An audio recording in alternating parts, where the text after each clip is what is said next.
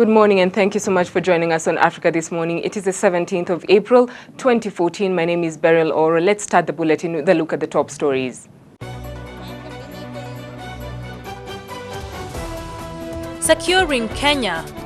Human rights groups in Kenya urge government to hasten process of screening those arrested in the ongoing security operations.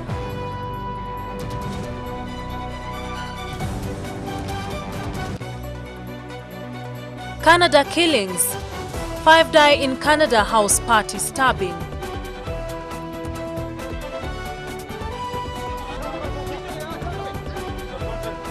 Ferry tragedy. Almost 300 people remain unaccounted for after a ferry carrying 459 people capsized in South Korea.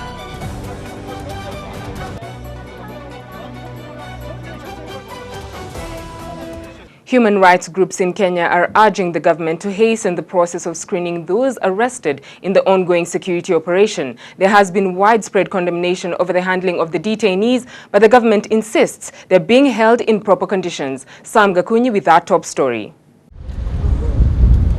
Human rights activists drawn from 17 organizations are now calling on the government to bring to an end the ongoing operation at the Kasarani Stadium and allow independent monitors to the screening center, as well as investigate all claims of human rights violations and corruption made against security officers by those arrested. A national conference be convened that will bring about an inclusive conversation about how to manage the problem of terrorism which the country is currently facing. We do not feel that falling back on old methods which are very reminiscent of the colonial approach is the appropriate step to take. The civil society, while condemning terrorist attacks that have left hundreds dead and many others injured, are raising several issues on how the Operation Usalama Watch is being conducted. That terrorism is not a preserve of Muslims, and that the religion of Islam itself does not countenance or support terrorism. The human rights community also says that claims of ethnic profiling is likely to adversely affect those who are innocent. And that all distinctions that favor or disfavor certain individuals on the basis of various dividing lines or various diversities are wrong. And that is as enshrined in Chapter 4 of our Constitution, our Bill of Rights. Meanwhile, the operation to weed out aliens in the country moved to South Sea area, where police arrested 34 suspected illegal immigrants. After such arrest, human rights activists claim that there have been cases of those arrested losing contact with their family members, leading to unnecessary anxiety about their safety and whereabouts. Procedures, persons held by the police have access to relatives and legal representation. In the case of the Kasarani operation, these have been denied, leading to much opacity around the operation. The government says the security operation will go on.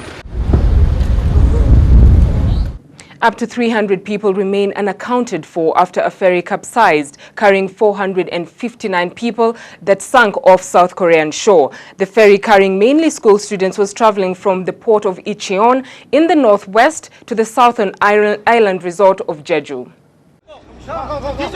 The ferry, identified as Sewol, was carrying 475 passengers and crew and 150 vehicles, according to Korean port authorities, when it began to tilt badly as it neared Jeju Island, about 100 kilometers south of the Korean peninsula. Within hours, the ferry was lying on its port side. Soon after, the ship had completely capsized, with only the forward part of its white and blue hull showing above the water. Officials say one person had been found dead inside the sinking ferry, while another dead soon after at a local hospital. A distress signal was sent from the ship early, triggering a rescue operation involving dozens of ships and helicopters. There was no immediate indication of what caused the ship to capsize. Still in West Africa, the effects of the Ebola outbreak in Guinea are now being felt by local restaurants and the tourism industry in Guinea's capital, Conakry. However, the country's health ministry says the outbreak is now nearly under control. The number of deaths caused by Ebola have slowed dramatically in Guinea and the outbreak is nearly under control. The country's health ministry said the latest toll is 106 deaths in Guinea from 159 confirmed and suspected cases of the fever since the outbreak began in February. Rafi Diallo, a spokesperson for the Guinea Ministry of Health, said the new cases being monitored were people who had been in contact with those who had fallen ill. The epidemic is under control because we are registering practically no new cases. It's among the contacts of the cases we have already registered with those who are sick, where we are finding cases. And the deaths also generally are within the contacts. For example, we can find deaths without new cases, because still it's the contacts who are contaminated who are now in our isolation centers.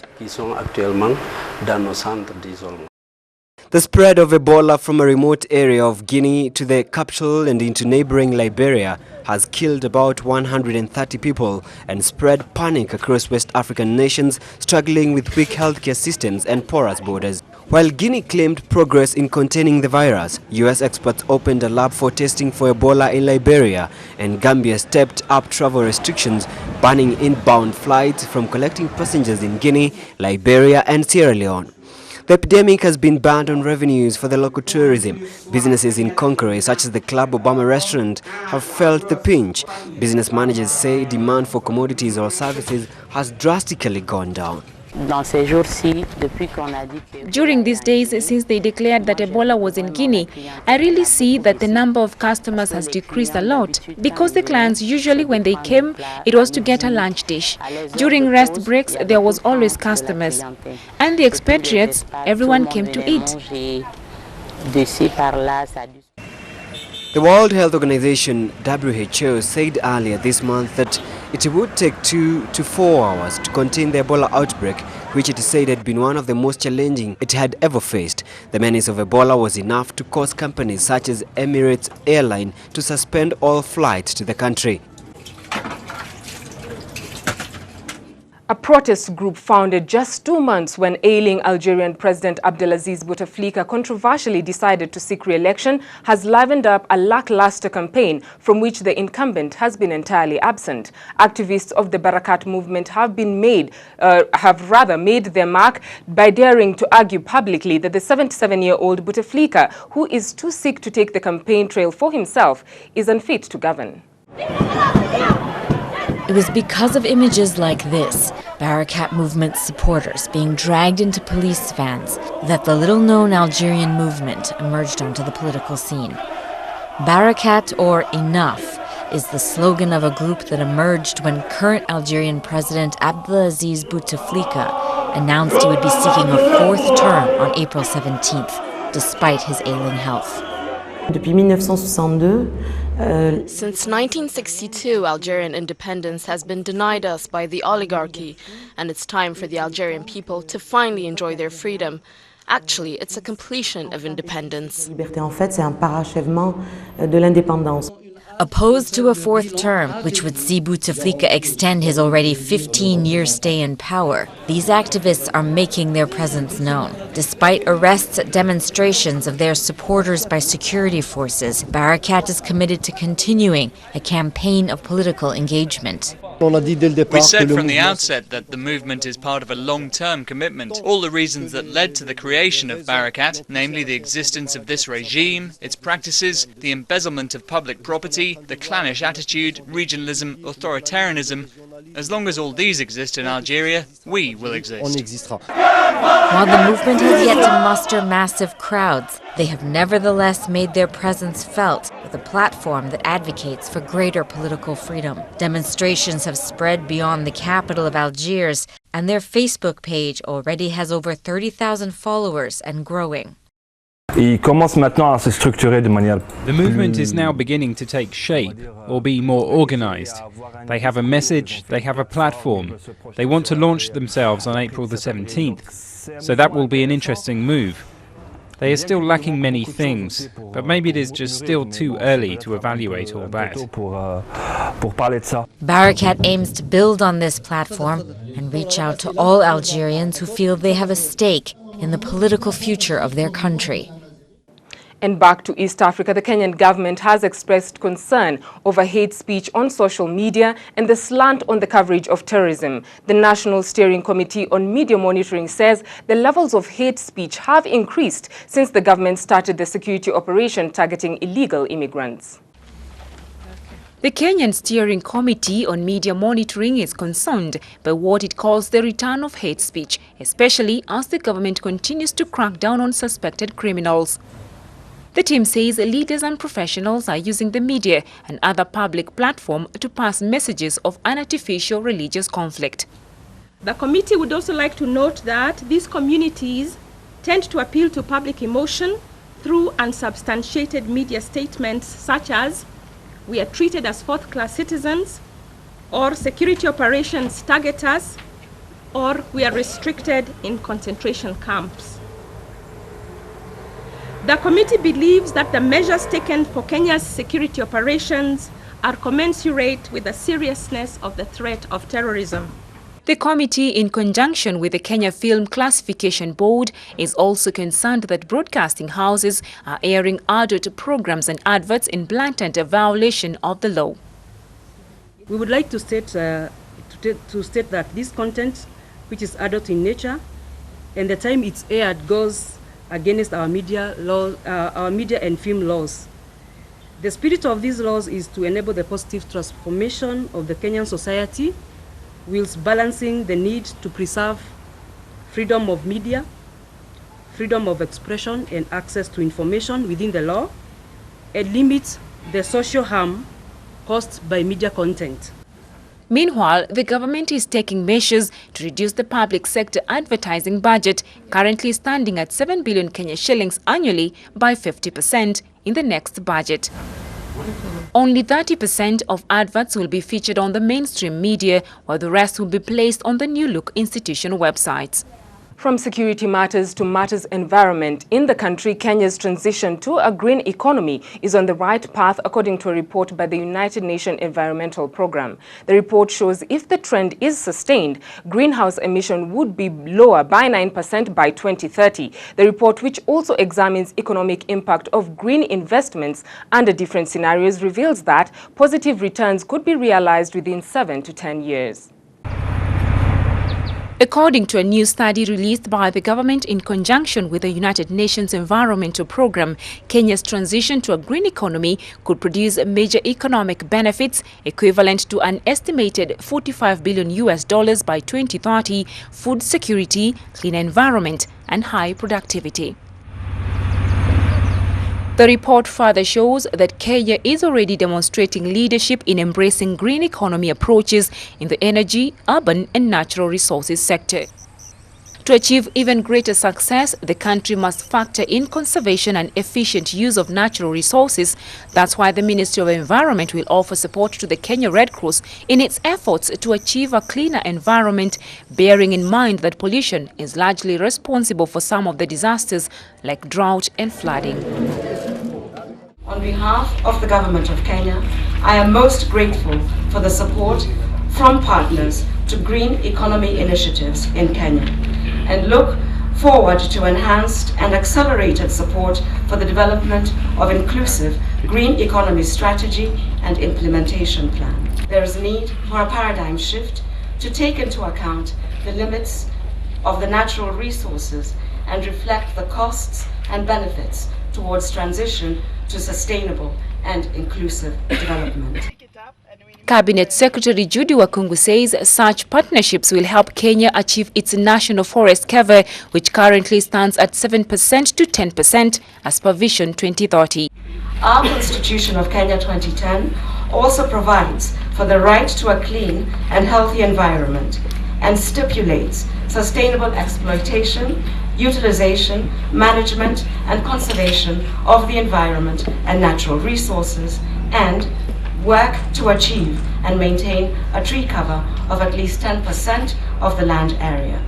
The Kenya Red Cross will involve communities in areas of waste management and advocacy, as well as tree planting. Of the 10 billion trees that are to be planted in the next 5 years, Kenya Red Cross is committing itself to planting 2.5 billion Number two is about waste management, where we're saying working in urban areas, in the communities, involving communities, women, children, and community involvement in also recycling this so that we can work on waste management issue. And number three is the issue of advocacy and education in schools, in communities, and everywhere. Using the network of staff and volunteers that we have is what we commit ourselves to.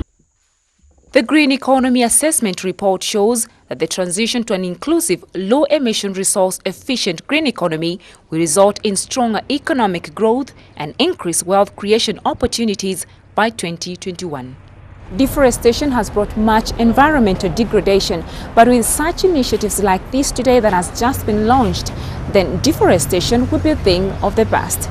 For Ebru Africa News in Nairobi, Kenya, I'm Miriam Kanyugo. To North America, 5 people have been stabbed to death at a house party in Calgary, Canada, in what has been dubbed as the worst mass murder in the city's history. The attack happened near the city's university campus at a students' party. 3 men were found dead at the party house, while another man and a woman died of their wounds at a hospital. Canadian police call it the worst mass murder in Calgary's history. 5 people, all in their 20s, were stabbed to death early Tuesday at this house party near the University of Calgary. Calgary Police Chief Rick Hansen says the lone suspect is a student at the university and was an invited guest. The suspect arrived at the party, obtained a large knife, and targeted the victims one by one, stabbing them several times.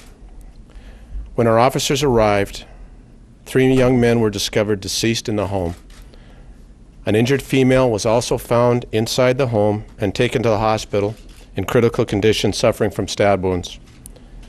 Another male, also suffering from stab wounds, was discovered on the front lawn and transported to the hospital in critical conditions. They both succumbed to their injuries.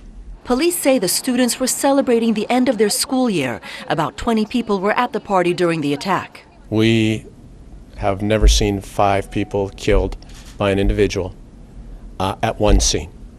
So the scene was horrific.